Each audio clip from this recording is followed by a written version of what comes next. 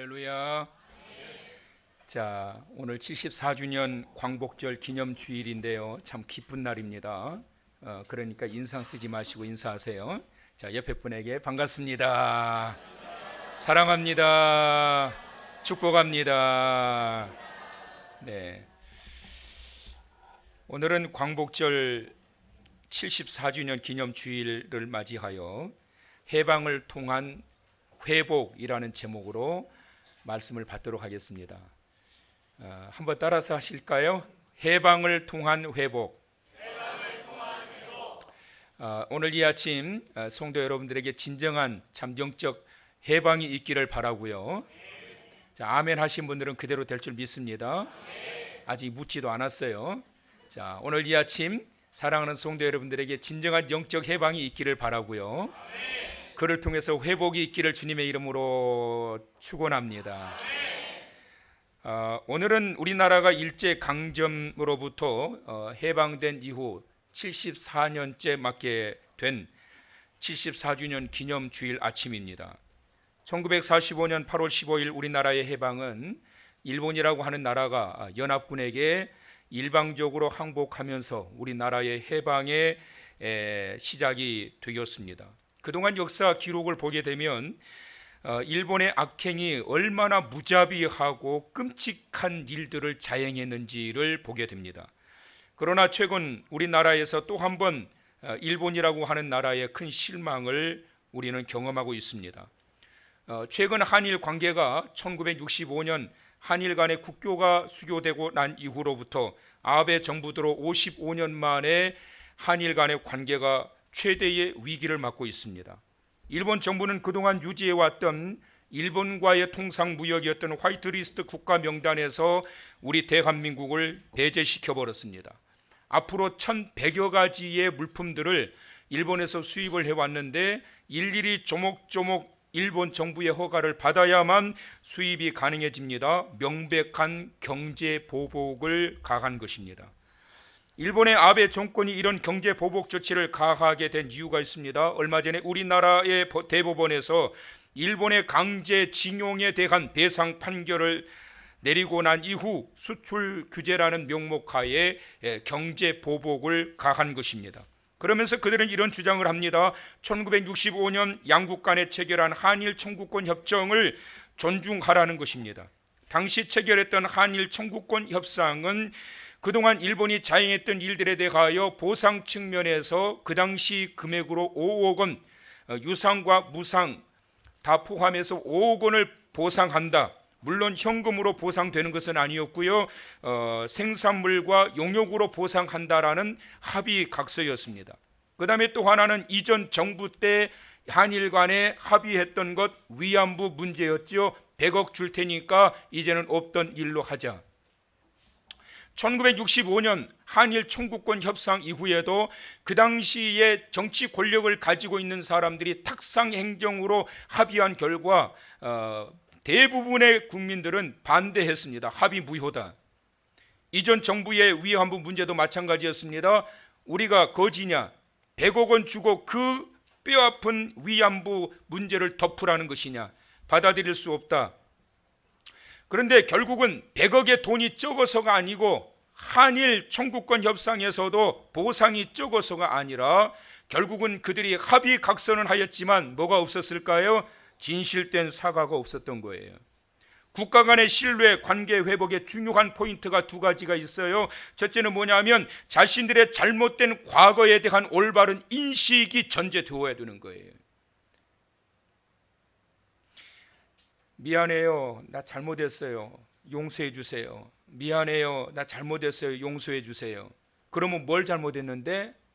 뭘 잘못했는데 말해봐. 몰라. 미안하다고는 말을 했는데 그러면 뭘 잘못했는데? 여보 미안해. 내가 잘못했어. 당신 나한테 뭐 잘못했는데 말해봐. 그럼 몰라? 그게 무슨 사과냐고요. 내가 뭘 잘못했는지를 알아야지.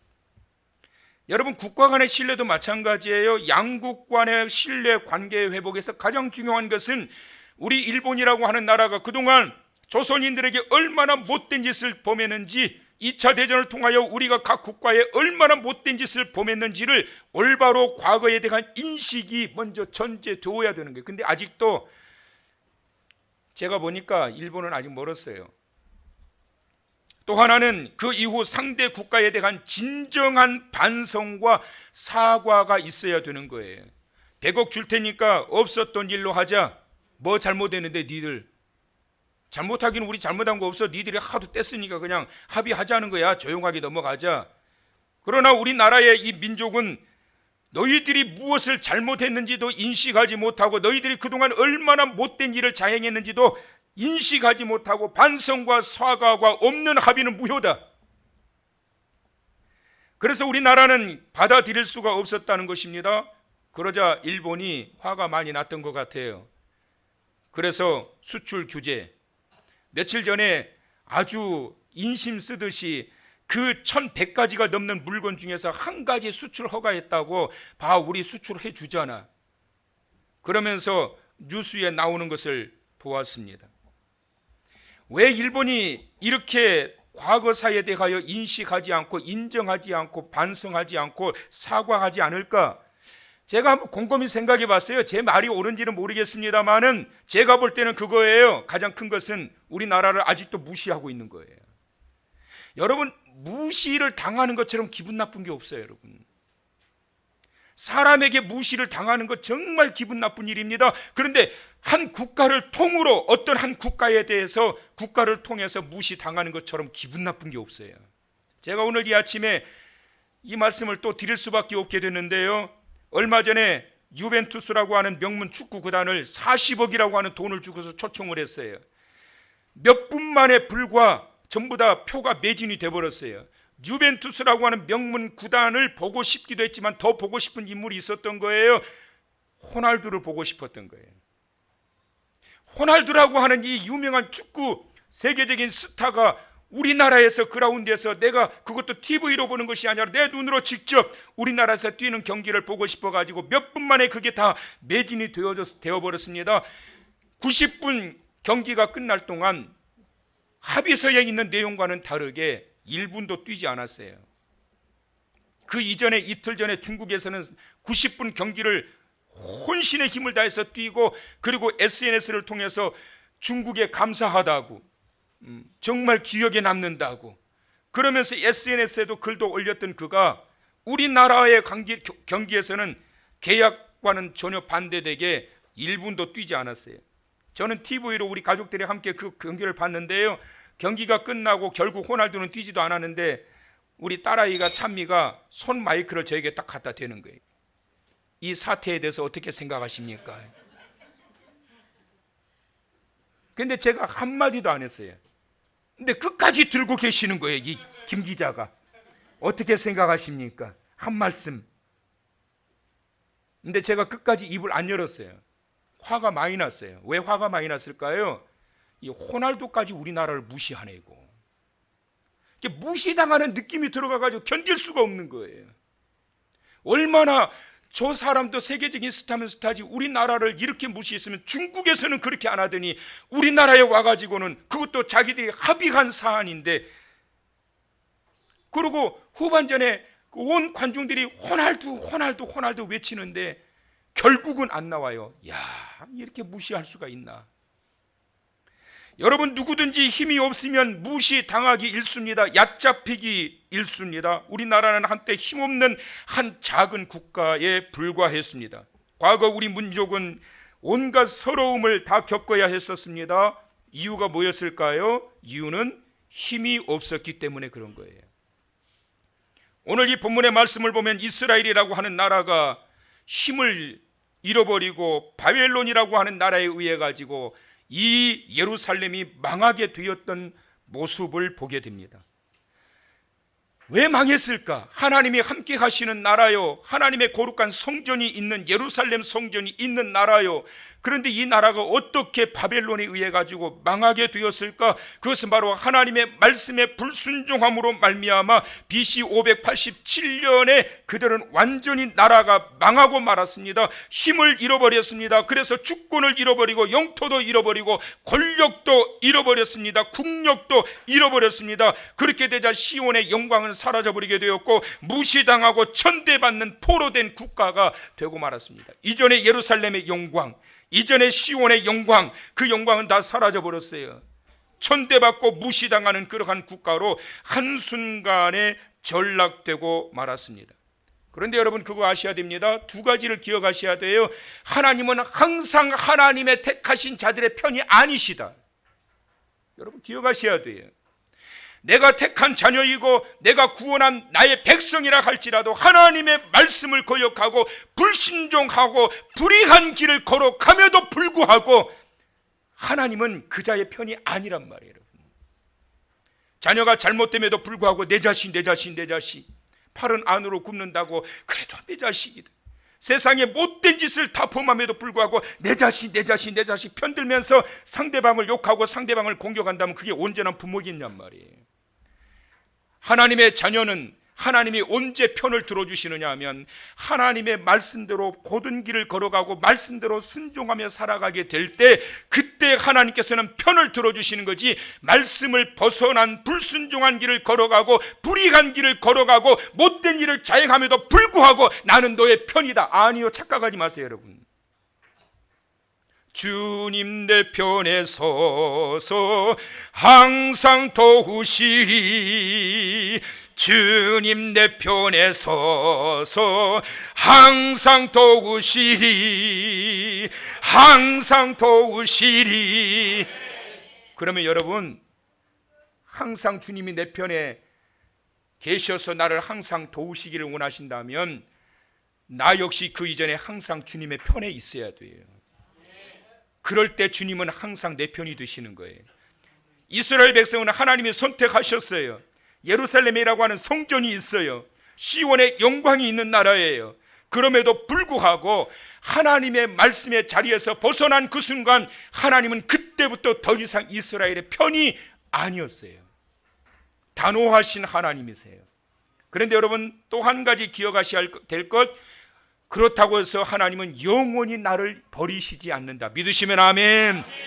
정신 차릴 때까지 하나님은 편들어주지 않으세요. 그리고 실컷 얻어맞고 돌아오게 될 때 그때 하나님은 내버려 두시고 밀어버리시는 하나님이 아니라, 그래 이제부터 잘하자, 그리고 안아주시는 하나님, 받아주시는 하나님, 그래서 회복시켜주시는 하나님. 할렐루야. 70년이라고 하는 기간 동안에 이스라엘 백성들이 그 바벨론과 바사 정부에 의해 가지고 고난의 그러한 시간표를 전부 다 마치고 난 이후에는 하나님께서 이 백성을 이제 회복시켜 주시기로 작정하십니다. 이 나라를 이제 다시 해방시켜야지. 그런데 왜 하나님이 이 백성들을 해방시키려고 하셨을까? 해방시키시는 이유가 있는 거예요. 오늘 이 본문의 23절의 말씀은 이렇게 말씀합니다. 다 같이 크게 한번 읽어봅니다. 시작. 바사왕 고레스가 이같이 말하노니 하늘의 신 여호와께서 세상 만국을 내게 주셨고 나에게 명령하여 유다 예루살렘에 성전을 건축하라 하셨나니 너희 중에 그의 백성된 자는 다 올라갈지어다. 너희 하나님 여호와께서 함께 가시기를 원하노라 하였더라. 아멘. 바벨론이라고 하는 나라가 메대와 바사라고 하는 나라의 협공을 통해 가지고 바벨론이 망하고 맙니다.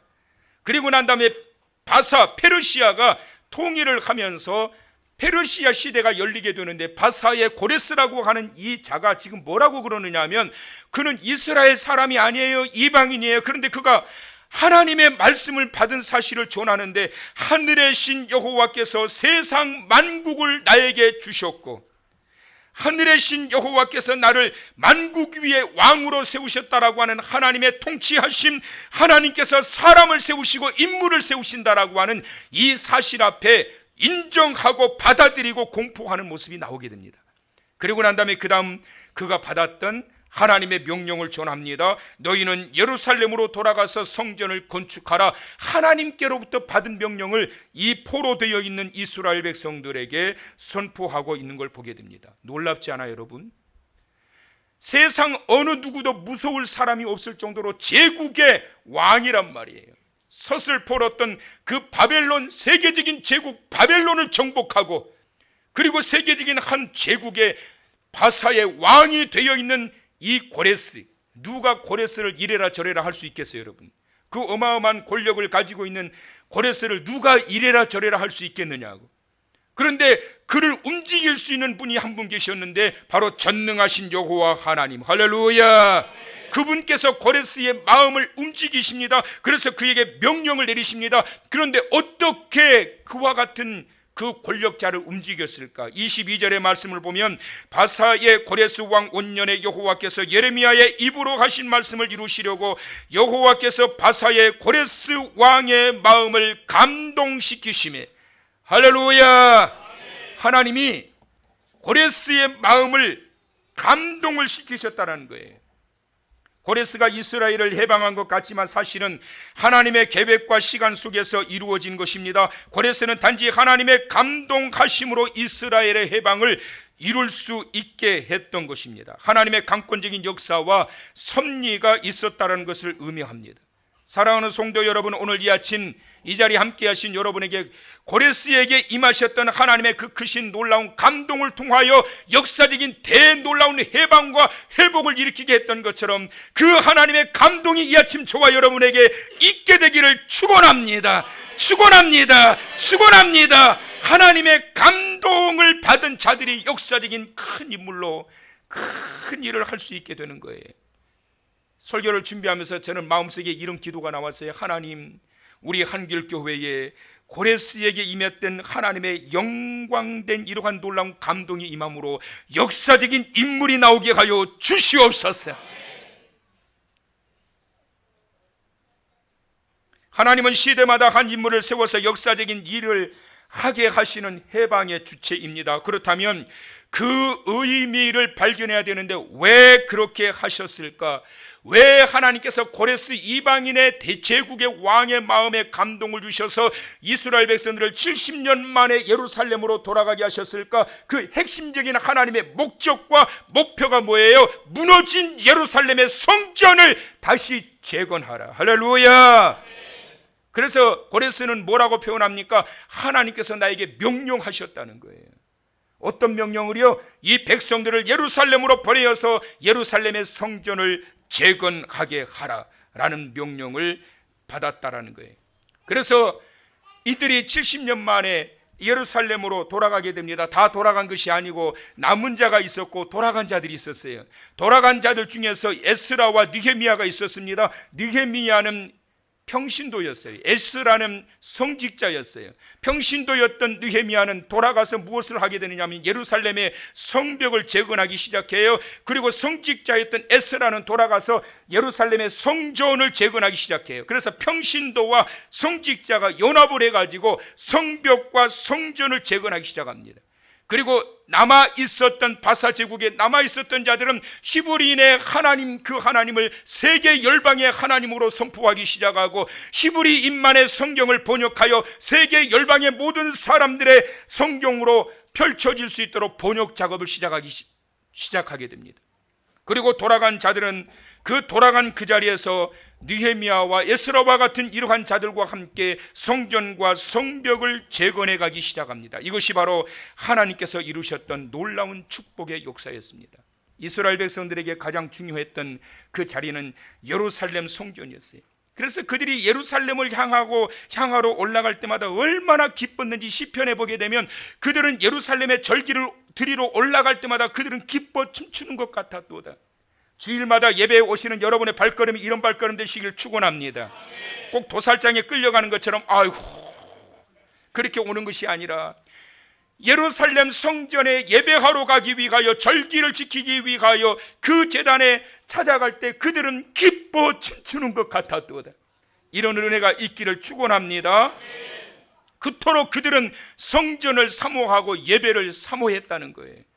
그런데 70년 동안 그들은 예루살렘에 올라갈 수가 없었어요. 성전이 파괴되어 버렸어요. 그러니 얼마나 그들이 고통스러웠겠어요. 그래서 그들이 바벨론의 노예로 있었고 포로된 자로 있었을 그 당시에 시편 137편 1절에 보니까 그들은 시온을 기억하며 강변 이곳저곳에 앉아서 그들은 슬피 울었다고 그랬어요. 그 정도로 그들은 예루살렘을 사모하고 소망했어요. 그런데 하나님께서는 고레스를 통해서 이제는 그 성전을 다시 회복하여 세우게 하시고, 회복된 그 자리에서 하나님과의 영적인 교감을 이루게 하시고, 하나님의 말씀을 받는 자가 되게 하시고, 그 예배의 자리에서 하나님의 영광을 경험하게 하는 그 자리로 세워가시는 데에 고레스를 하나님께서 들어 사용하시는 줄을 믿으시기를 바랍니다. 어떻게 해요? 하나님의 감동이 임함으로 말미암아. 여러분, 하나님의 감동이 임하게 되면 그걸 거부할 수가 없는 거예요. 하나님의 감동을 입은 자들이 영혼을 인도합니다. 감동을 입은 자들이 은혜를 입습니다. 감동을 입은 자들이 역사적인 그 결정적인 순간에 하나님의 놀라운 일을 하는 거예요. 하나님의 감동이 임하는 예배가 되길 축원합니다. 우리 성도 여러분들 되시길 축원합니다. 그렇다면 여러분, 이렇게 해서 예루살렘 성전이 다시 재건되고 세워지게 되었고, 우리 민족이 74년 만에, 이제 74년 전에 회복이 되어져서 여기까지 오게 되었는데, 이런 해방을 받게 되었다라면 어떻게 해야 될까? 갈라디아서 5장 1절에 보면 이런 말씀을 하십니다. 다 같이 크게 한번 읽어보시죠. 시작. 그리스도께서 우리를 자유롭게 하려고 자유를 주셨으니 그러므로 굳건하게 서서 다시는 종의 멍에를 매지 말라. 따라서 합시다. 다시는 종의 멍에를 매지 말라. 옆 사람한테 다시는 종의 멍에를 매지 마세요. 원하시면 아멘. 자유를 주셨으니 다시는 종의 멍에를 매지 말라. 여러분, 우리가 74년 전으로 다시 돌아가서 우리나라가 저 일본이라는 나라에 의해서 다시 억압을 받고 섭정을 당하고 주권을 잃어버리고 국토를 빼앗겨버리고 이런 상황에 처한다면 여러분 견딜 수 있겠냔 말이에요. 하나님께서는 말씀합니다. 주 예수 그리스도 안에서 너희가 구속함의 은총을 입게 되었고 하나님의 자녀가 되었고 천국의 백성이 되었고, 그러므로 말미암아 너희가 영적인 자유함을 입은 해방된 자이니 다시는 종의 멍에를 매지 말라.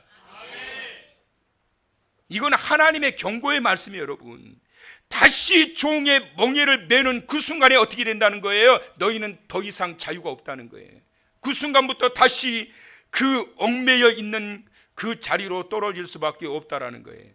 우리가 기도해야 될 것은 다시는 이런 종의 멍에를 매지 아니하도록 주신 하나님의 축복과 은혜 가운데 이 나라와 이 민족이 견고하게 세워지기를 원하며, 교회가 제2의 도약의 시기를 맞이해서 성장하기를 원하고, 내 영혼이 은총 입어 다시는 종의 멍에를 매지 아니하고 매일매일 순간순간마다 하나님의 감동과 하나님이 주시는 감격으로 살아가는 그런 삶이 되기를 소망하시면서 살아가시는 자유함을 입은 성도 여러분 되시기를 축원합니다. 이제 주변국으로부터 무시당했던 그 서러운 약소국가였던 우리나라와 민족이 이렇게 축복을 받아서 세계에서 위상을 드러내는 국가가 되었습니다.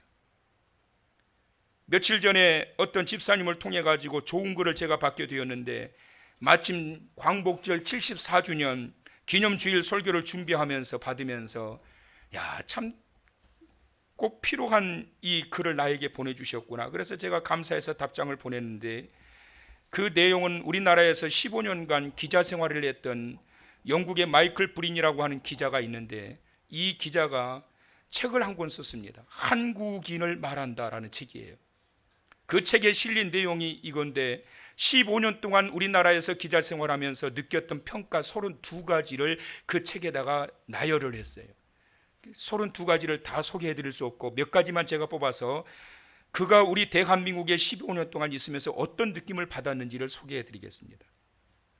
첫째, 평균 IQ 105를 넘는 유일한 나라, 일하는 시간 세계 2위, 평균 노는 시간 세계 3위로 잠이 없는 부지런한 나라, 문맹률 1% 미만인 유일한 나라, 노약자 보호석이 있는 5개국 중 하나인 나라, 세계 2위 경제 대국 일본을 발톱 사이에 때만큼도 안 여기는 나라, 그 다음에 이것이 참 기분 좋을 건데, 우리 여성분들, 여성부가 존재하는 유일한 나라, 그리고 지하철 평가 세계 1위로 청결함과 편리함 최고인 나라, 또 이것도 우리 여성 성도님들 기분 좋을 것 같아요. 유럽 통계 세계 여자 미모 순위 1위인 나라. 그 다음 미국 여자 프로 골프 상위 100명 중 30명이나 들어가 있는 나라, 세계 4대 강국을 우습게 아는 배짱 있는 나라, 인터넷, TV, 초고속 통신망이 세계에서 최고인 나라. 1950년 해방 무렵 한국은 파키스탄 제철 공장으로 견학가고 필리핀으로 유학을 떠났다. 이제는 역으로 그들이 한국으로 배우러 온다. 국력으로 치자면 끝에서 두세 번째 하던 나라가 이제 세계 10위권에 들고 있다. 그러면서 마지막 32번째 이런 글을 냈어요. 한국은 중국에게 리드당할까 봐 걱정하지만 한국과 중국은 기가 다르다. 180년 주기로 한국의 기후는 상승하는데 지금이 바로 그때다. 그러면서 마지막에 이렇게 썼어요. 대한민국 힘내라. 근데 저에게 이 글을 보내주신 그 집사님이 힘이 나는 글이라고 보내주셨는데요, 정말 힘이 나더라고요. 우리 대한민국이 해방된 지 74년 만에 이렇게 세계 가운데 우뚝 세워졌습니다. 정말 하나님의 축복받은 나라이며 복 있는 민족입니다. 국가란 국민과 주권과 영토가 있어야 됩니다. 그런데 우리나라는 36년 동안 일본에게 주권을 빼앗겼습니다. 국민도 그대로 있었고 영토도 그대로 있었지만 주권을 빼앗겨 버리니까 국민과 영토는 형편없는 삶을 살아갈 수밖에 없었던 것입니다. 여러분, 국민과 영토와 주권이 있는 세계 경제대국 10위권에 들어있는 이러한 나라로 하나님께서 이렇게 74년 만에 세워주심이 하나님의 주신 축복이요 은혜임을 기억하시길 바랍니다. 21세기인 지금도 세계적으로 독립하고 싶어도 독립하지 못하는 힘없는 나라들이 얼마나 많이 있는지 몰라요. 티벳이라고 하는 나라는 중국의 일부로 포함되어 있는데 그토록 독립하기를 원하지만, 그래서 시위도 하고 많은 항의를 하고 있지만 아직까지도 그 나라는 지금까지 독립하지 못했습니다. 쿠르드족은 이라크와 이란과 터키 지역에 1,500만 명이나 분포되어 있는데 그렇게 그들이 독립을 원하면서 시위를 하지만 아직까지도 쿠르드족은 독립하지 못했습니다. 영토가 없기 때문이에요.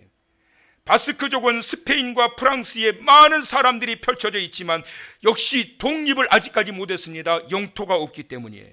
체첸 공화국은 소련이 붕괴될 때 독립선언했지만 무력으로 진압이 되어서 아직까지도 독립되지 못하고 있습니다. 그런데 우리 대한민국은 74년 전 하나님의 은혜로 말미암아 독립되어 여기까지 오게 된 것입니다.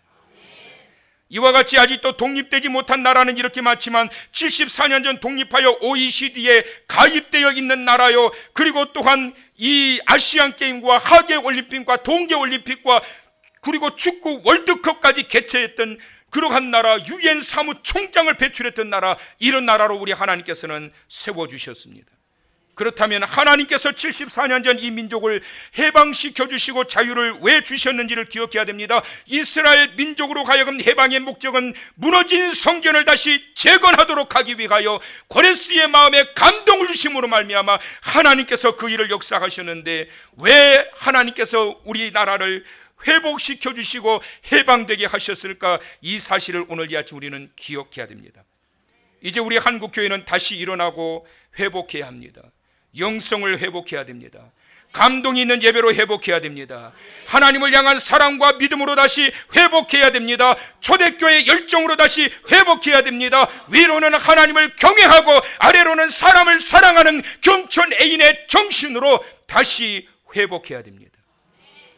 한반도에는 진정한 해방을 통한 회복의 바람이 일어나기를 소망합니다. 남북 간의 경제 교류가 이루어지고 DMZ의 평화 공원이 세워지게 되고 남북 간의 하늘길이 열리고 바닷길이 열리고 육로가 열려서 마음껏 자유롭게 왕래할 수 있는, 그래서 제2의 예루살렘이라고 했던 평양 지역에 주의 십자가가 밤하늘을 수놓게 되는 그때가 하루속히 회복되어 오기를 소망합니다. 74년 된 이 아침 사랑하는 성도 여러분, 저와 여러분이 이와 같은 마음을 가지고 하나님 다시 회복의 은총을 입게 하여 주시옵소서. 다시 한번 이 나라와 이 민족이 회복되어 일어나게 하여 주시옵소서.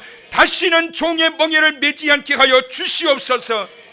영적인 자유함을 입은 사랑하는 성도 여러분, 오늘 이 아침 다시는 종의 멍에를 매지 아니하도록 영적인 자유함을 누리며 살아가는 저와 여러분 되시기를 바라고, 여러분의 가정에 참 자유와 회복이 있기를 바라고, 이 나라와 이 민족의 진정한 참 해방을 통한 회복의 은혜와 축복이 있게 되기를 이 아침 주님의 이름으로 간절히 축원합니다.